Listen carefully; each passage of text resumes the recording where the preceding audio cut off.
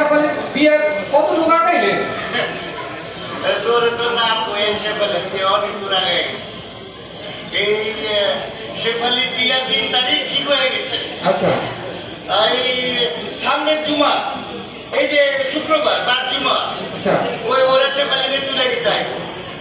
তো বলছিলাম তোর নামে একটু 3 তারিখ কথাকে 3 তারিখ ঠিক করে ফেলাবো, কিন্তু তোর ওই যে বারেক স্যার আছে না, বারেক স্যার, হ্যাঁ হ্যাঁ হ্যাঁ ওই যে তুই বারেক স্যারের বেশি পছন্দ করতি, হ্যাঁ হ্যাঁ, এ কইল আমার কথা কইয়ে নজরুলের রাজি হয়ে যাবে। শুভ কামে বেশি দেরি করো, ঠিক না? কোনো সমস্যা নাই। স্যারের কথা কি ফেলানো যাবে? কম একটা মাত্র বই না আমার, তারে ধুমধাম করে বিয়ে দিতে হইব না? ওরে বাজার, তুই বাড়িতে নাই, কি দিয়ে কি করি মাথায় কিছু ধরতেছে না। আচ্ছা বাজান, আপনি চিন্তা করেন না কোনো, আমি টাকা পয়সার সব ব্যবস্থা করে পাঠাবো আপনাকে, আপনি কোনো চিন্তা করেন না। বাজার, তোর একলার উপরে বড় চাপ পড়ে যেতেছে রে বা। এইটা কি করেন আপা? আমি তো আপনার বললাম সব সময় আছি।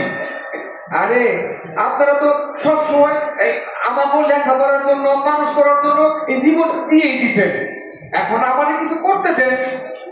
আরে আমি যদি না থাকি তাহলে টাকা কামাবো কেটায়? কই থেকে আইবো টাকা? তো আপনি কোনো চিন্তা করেন না। ছেলে চিন্তা কি আর কই আছে রে, চিন্তা এমনিতে চলে আসে। এই নজরুল, হ্যাঁ, এই তোর সময় তো বেশি না, একেবারে ওরে পরপক্ষ এই সামনে শুক্রবার, তো হাতের অবস্থা তো বুঝছি বুঝছি, আমি যত সম্ভব 2 দিনের মধ্যে আমি টাকা সংগ্রহ করে পাঠাইতেছি, আপনি কোনো চিন্তা করবেন না।